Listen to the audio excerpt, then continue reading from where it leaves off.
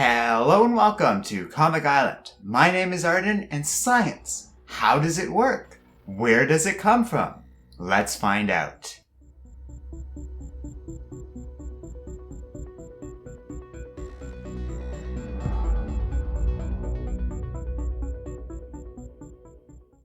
Alright everyone, so today we're going to try something new. I'm going back to a past life I used to live, digging into my roots of scientific research and using it to make a new type of video I want to try out for this channel. I want to look at comic book characters, ideas, concepts, and other themes from superheroes under a scientific lens. Now before we get started, I do want to make it clear I wouldn't qualify myself as an expert of anything other than comics, nor a true scientist per se, just a well-educated observer. I want to be clear on the extent and limitations of my experience because I feel it's important to be honest with you guys. So I'll give a brief overview just so everyone knows exactly where I'm coming from in the interest of being fully transparent. I have a lot of experience doing neuroscience and psychological research on a wide variety of subjects. And the range on the topics I've researched is pretty crazy, going from stuff like developmental research on how children process learning information through visual perception, differences in Parkinson's patients and how they observe visual information, and even weird stuff on a social psychological level, like dating habits and how diet might affect that. I have my name attached to a few scientific papers and conferences, but I am not a doctor of anything, nor do I have a great deal of degrees in any particular field. What I can do, and what I'm very good at, is interpreting and understanding scientific peer-reviewed research, with a nuanced look as someone who's done a lot of this type of research, and can sort of review, digest, translate, and distill this information into something you guys can wrap your heads around, which is what we're going to need for this series. I will of course be providing sources for this in any future video along these lines, although for this particular topic you can pretty much confirm most of this information in the average college level physics textbook. So don't expect much beyond that in terms of references this time around. And the reason for that is I put up a Patreon poll for a few potential characters to start this series off, and the one that I'm pretty excited about is the Flash. That's cool because this is a great character to try this new idea out on, what with the Flash's famous power set and there being lots of ripe content that, of course, is deeply ingrained in the wonderful world of physics. And I say that unironically, this particular field of research in my opinion gets a bad rap, as usually it's front-loaded with boring equations and simple concepts before we get into the stuff I find really interesting, like quantum and string theory and the basic building blocks of the universe. I'm fascinated with the what and the how of the universe more than the specifics of its day-to-day operations, in other words. This explicitly gets into the theory of everything, theories that by design are attempting to explain every observable and known phenomena in the universe, and that's a complex, admirable, and wonderful thing. I say all of this because when we're talking about the Flash, we are talking about speed, and speed is tied into pretty much everything. Before we get into that, I have to be honest, first question we should ask is kind of a boring one. Could a human being achieve the speed and abilities achieved by this character in real life? Well, I mean, that should be obvious. That's a no. For a million reasons, that's just not possible. We can see in the animal kingdom the theoretical limitations an animal can travel at in terms of raw speed, in species like the peregrine falcon or the cheetah. Those animals pretty much move as quickly as any biological-based structure can possibly move given the lightweight and carefully evolved nature of these animals. Even then, most of these species, though incredibly fast, generally can only reach a top velocity in short little bursts. They're sprinters, and it's profoundly unlikely that a human could ever achieve anything even close to what we see on screen and in the pages of the comics from The Flash. This should not be news to anyone, but the science behind it is overwhelming and far beyond the biology I just mentioned of it all. At such speeds our muscles would tear and snap. Our bodies would bend and break at the friction, let alone if we ever tripped over an obstacle while moving that quickly, as crashing at this velocity would destroy our bodies. Imagine a motorcycle crash and amplify the speed to the point where you're moving faster than the naked eye can perceive. Hitting a hard surface when moving that quickly, we'd be turned into muck on our first attempt at using powers like this. In other words, there's just no way it would work, and for exactly one reason. We don't have a speed force in our universe, and it's unlikely we simply haven't discovered anything like that yet. We might not know everything about our world and how it works, but those theories of everything I mentioned are actually well developed enough we can pretty much rule out something like that existing at this point in our own world. But I like the Speed Force as a plot device. This made-up concept explains away all the real-world constraints and limitations imposed on us, and the in-canon reason for every speedster in the DC multiverse to have their powers in the first place. It's a good thing because it bypasses all those problems I just mentioned. It's what protects Barry Allen, Wally West, and all the others from the hazards of traveling through their world at such speeds. A sort of barrier that must exist around them and anyone they are traveling with, so their bones don't shatter into a million pieces the first time Barry surpasses Mach 10 and he happens to be carrying a passenger along with him. Though it is obviously a plot convenience, looking at it from the perspective of someone who used to work in science and as a comic book fan, I really do like the Speed Force. This is because we don't have to worry about whether or not it is possible for the Flash to exist to begin with and instead assume that it is possible. If so, we can look at how the super speed of the Flash can be applied in various ways. We see it in the movies, television shows, comic books, and video game adaptations of the character. That, by the way, is the real goal of this series, not to poo on the idea of whether or not superheroes are possible, because 99% of the time the answer is going to be a firm no, but rather to explore how these powers would work if we indulge in the fiction even just a little bit, and explore how the science would or wouldn't explain certain facets of a character. So, if speed is a property of matter, and Barry Allen or any speedster has control over that property, then yes, it's almost surprising just how many applications of the Flash's powers actually hold up. It makes sense that an object, even a speedster, would be able to gain a lot of power by running at tremendous speeds. And as crazy as it sounds, if a human could wave their arms around as quickly as the Flash, I see no reason why they wouldn't be able to create huge gusts of wind strong enough to do quite a bit of damage to an opponent. The Flash should be able to build a really complicated structure in a few seconds if he so desired, because it really would be a matter of time and moving quickly enough to do it. And I don't see any reason why a speedster wouldn't enjoy a heightened metabolism and a sped up healing process as well. After all, if their physical body can move quickly, there's no reason their inner biology can't move quickly as well. An interesting quirk of the Flash is that friction isn't as much of an obstacle to him either, so he wouldn't have to worry about lighting a board of wood on fire if he hammered a bunch of nails into it faster than the human eye could perceive things. This makes sense to me in its own weird little way if we assume, like I said, the character can bypass the usual rules of fiction rather easily. Just as how the Flash can carry people across incredible speeds without really harming him or them, it seems whatever protection from these extreme speeds the Speed Force offers confers to everything around the Flash as the character desires. The Flash seems to be able to turn this ability off as well, such as in the case where a speedster is able to use his energy and momentum generated by these high speeds to inflict a lot of damage on an opponent or structure. This selective use of speed and friction is a vital element of the Flash's character and power set, and other speedsters in both Marvel and DC. If they didn't have this, these characters wouldn't be able to function in a modern society. Without this mechanism, anytime the Flash or a similar character would run through the city, they would leave behind them a wake of destruction beyond anything we've ever seen in the show or comics. Glass windows would shatter en masse, while roads would experience tremendous damage. The whole experience would cause constant car accidents and extreme danger to the city, let alone if the speedster ever got into a battle with another speedster or powerful villain.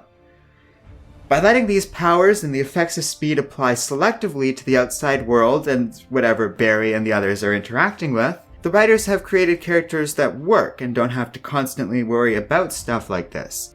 Which is good, because we shouldn't always be having to think about this every time the Flash needs to go anywhere. Yet this selective use of speed's effects is even more important when we consider how the Flash experiences time itself.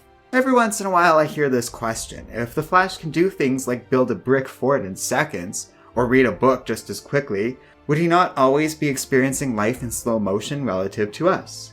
The answer is thankfully no. The Flash, and all iterations of the character, generally experience life in the real world like we do, and simply speed things up at will to accomplish his many heroic feats when the situation calls for it. That is critical, as again, if this mechanism wasn't in place, life would be a living hell for Barry and the other speedsters. A single day would go on forever, almost literally forever from the perspective of the speedster. And someone like Barry would be completely insane after having to wait through a single line to get coffee, because to him it would take so impossibly long. So most applications of Barry's powers actually hold up as long as we understand that the rules of physics really only apply to him selectively thanks to the power of the Speed Force. We have reasonable explanations for most of his day-to-day abilities, though I should note the average physicist would probably scoff at all of this. The point of this video, however, is not to hammer on about what does and doesn't correspond to our reality, just to sort of play along with the fiction and see what we can and can't reconcile with real science. All of the content described here works within the logic of the Flash's own story, and in a reasonable enough way that at least kind of corresponds to our own rules of reality. It's not perfect, but for science fiction it very much is. This holds up and totally works. However, there is still one element of the Flash I've had a hard time coming up with any sort of rationale for, and that's his ability to phase through objects and pass through them without harming himself or the object in question. That, unfortunately, doesn't really correspond to speed in any meaningful way. According to the comics and TV show, the idea is that Barry is able to vibrate himself at a specific frequency, such that he and other speedsters are able to somehow pass through a solid object. This is pretty much just comic book logic at play here. There are elements of reality to this power. For example, one could vibrate their arm really fast to forcibly destroy an object or seriously injure somebody, since an arm moving like that could theoretically work like a drill. And thanks to the Flash's unique powers, it could easily blast through many objects without harming the speedster himself. We see that in a lot of various takes of evil versions of the Flash in particular, most notably the Reverse Flash who likes to zap his hand through people. The effect, as you might imagine, is rather devastating and that works, but moving through an object without harming it, like we see Barry Allen often do, that's another matter entirely. There is a neat concept that all structures will shake at a certain vibrational frequency, a specific wavelength that will resonate with the building in question. With enough exposure or power, this could cause damage to the structure in question.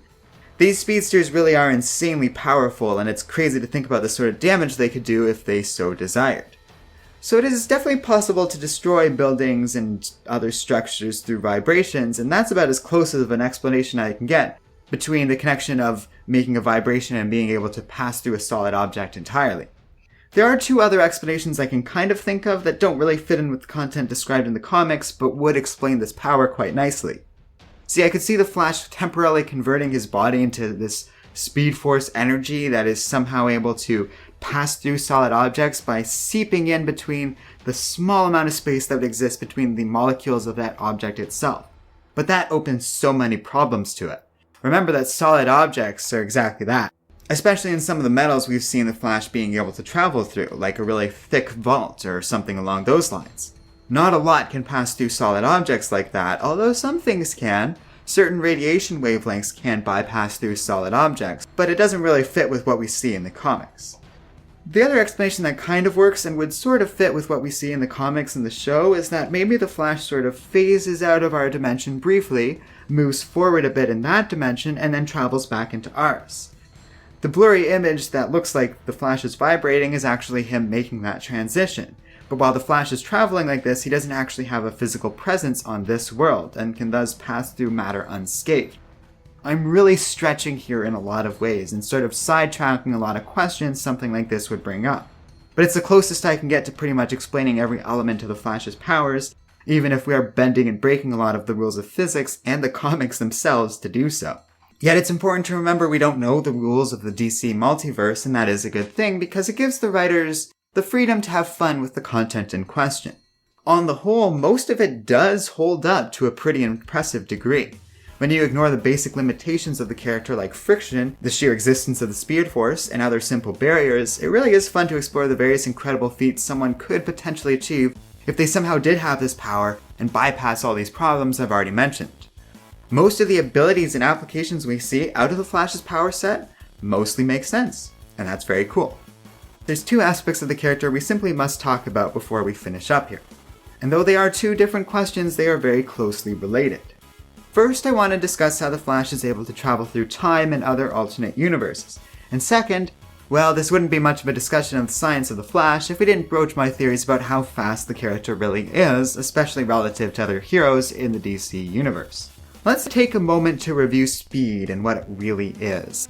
Think about it for a second. You can't hold velocity or acceleration in your hands. It's not one of the 4 fundamental physical forces in our universe, those being weak radiation, strong radiation, electromagnetism, and gravity.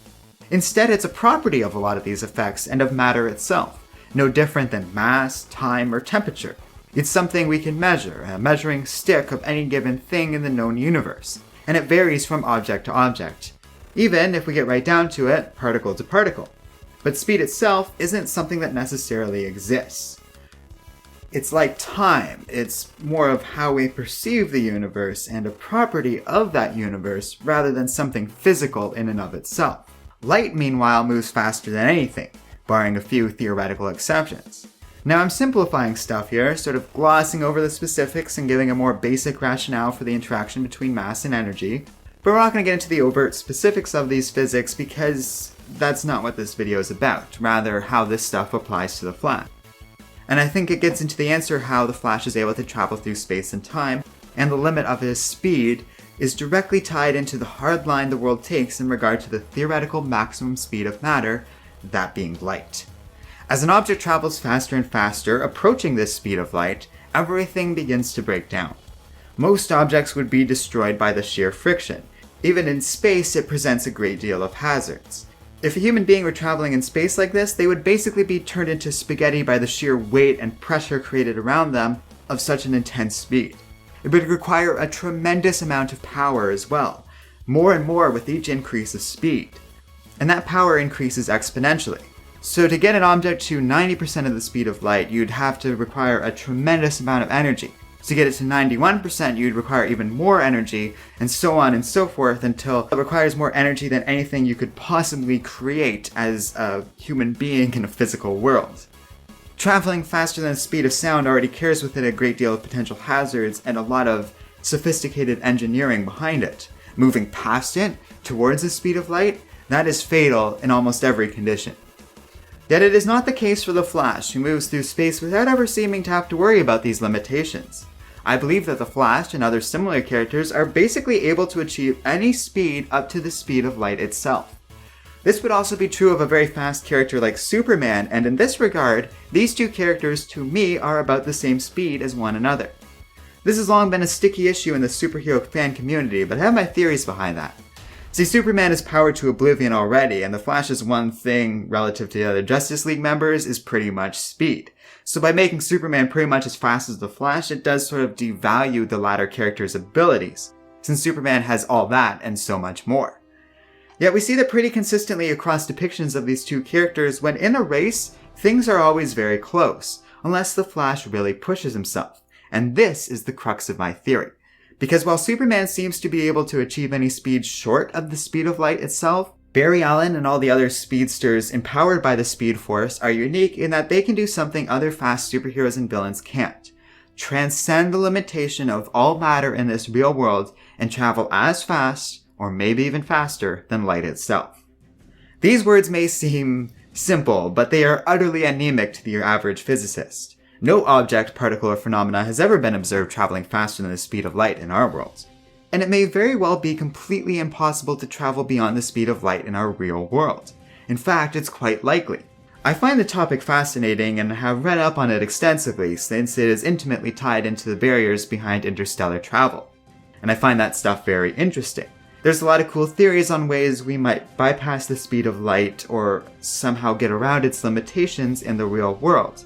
As space is so vast that unless we find a way around this, the tremendous distance of objects in space means that we won't be able to visit even our closest neighboring solar systems for decades at best. Even if we were to travel these vast distances at an incredible speed, time no longer behaves correctly when traveling at such speeds. Anyone traveling a long distance at an incredible speed will experience the journey going by in a relatively short period of time. But to an outside observer, decades could pass by. You can see this concept in action in the movie Interstellar, which is going to explain it better than I ever could. But that is a very real and hard science that dates back to Einstein's theory of relativity. so traveling faster than the speed of light poses a lot of problems in the real world, and is more a creature of science fiction than actual science. Yet there is some wiggle room in all of this, even in the real world. The idea of a wormhole is theoretically a possible way to bypass the barriers of speed, though on a technical level such things are possible in our world. Like, how would one go about bending all of space? It's not really possible, just a neat idea. What I find most interesting are theories surrounding particles, which are only thought to potentially exist and have never actually been observed. These particles, though they might not actually exist, are thought to travel faster than the speed of light because they always are traveling faster than light itself. Sci-fi fans may have heard of some of these particles before, the most famous example being the theoretical particle known as the tachyon. Across many forms of science fiction, although the biggest example being in Star Trek, these particles are often name-dropped in stories involving time travel for the very reason I just discussed regarding their well-documented relationship between space and time. After all, if they're traveling faster than the speed of light, then they don't exactly exist on a timescale that we can understand. One episode in particular of Star Trek also stands out as an important point in understanding The Flash, and amusingly, it's also one of the worst Star Trek episodes I've ever seen, and I've pretty much seen all of them. It's an episode of Star Trek Voyager where the crew attempts to reach a never-before-seen speed of warp 10. The idea is that a person traveling at this speed is moving so quickly they are basically everywhere in space and time all at once. In a moment, every barrier to travel vanishes, and the crew was hoping they could use this to travel across the galaxy in mere moments. Them being stranded on the other side of the galaxy is the whole point of that series. It didn't work out. The test pilot did succeed at traveling at warp 10, but he got turned into a lizard monster as a result of this, and naturally he kidnapped the captain and had a bunch of lizard babies with her. Typical Star Trek stuff, but I've never forgotten that concept because it's a really neat one. I believe that as the Flash travels faster and faster, approaching the speed of light, they are actually unique in the DC universe in that they are actually able to transcend the universe's maximum speeds, and in doing so, enter the Speed Force. The Speed Force I like to think of as a giant realm of tachyons or something like that. Always faster than the speed of light, always faster than anything else in the universe, and therefore existing across time and space all at once. This is something Superman can't do, and a nice way to give the Flash something unique to his character.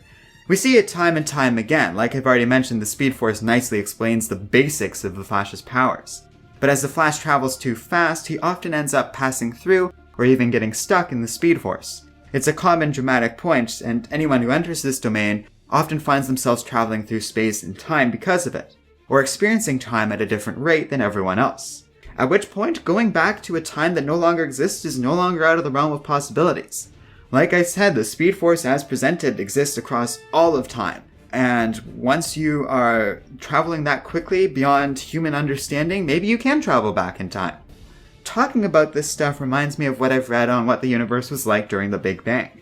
The laws of reality as we know them don't necessarily correspond to how the universe functioned at that time. And I'm not talking science fiction here, I'm talking the universe that we live in right now. If you can bypass something as simple as fundamental in the world, like the equation E equals mc squared, there aren't a lot of rules you necessarily can't break. None of this is ever shown as an easy or convenient ability for any iteration of the Flash to use. Generally, they only travel through time and space on accident, or if it is intentional, it is not without difficulty or some form of obstacle. This idea works to me even if it doesn't perfectly fit in with reality. It works for the reality presented in the comics. And with that, we have a comprehensive series of rationales and theories for how the Flash might actually work, the limitations and theoretical limits of his speed and abilities, what little of those there are.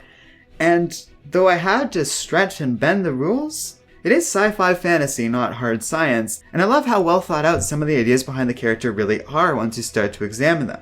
I have to give a lot of credit to the comics and especially the show for its unambiguous love and respect for science itself, and that clearly shows in the Flash's powers. The Flash as a whole is a great franchise in this regard. I think the spirit of the Flash and the character's infectious optimism has gotten to me, but it really is what I like most about the TV show, and something the CW Enterprise actually does a little better than the comics. More than half the characters of that show are scientists, and consistently approach every problem as such.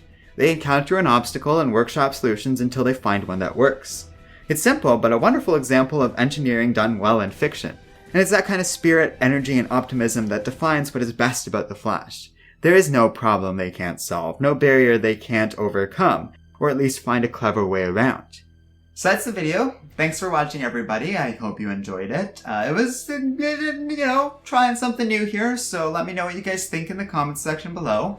Like I said, this was a Patreon poll. Each week our patrons get to vote on one topic for a video that I will eventually make. And this is what won. I quite enjoyed it, and I'm looking forward to doing more of these, we'll call them scientifically minded videos. So if you have any other ideas for characters or concepts you want to see me discuss this theoretical potential science behind, by all means. I'm super interested in talking about it and even getting beyond hard science stuff, like into magical characters or the philosophy behind certain characters. I'm all for it, so by all means, have at it in the comments section below. Let me know what you guys would like to see.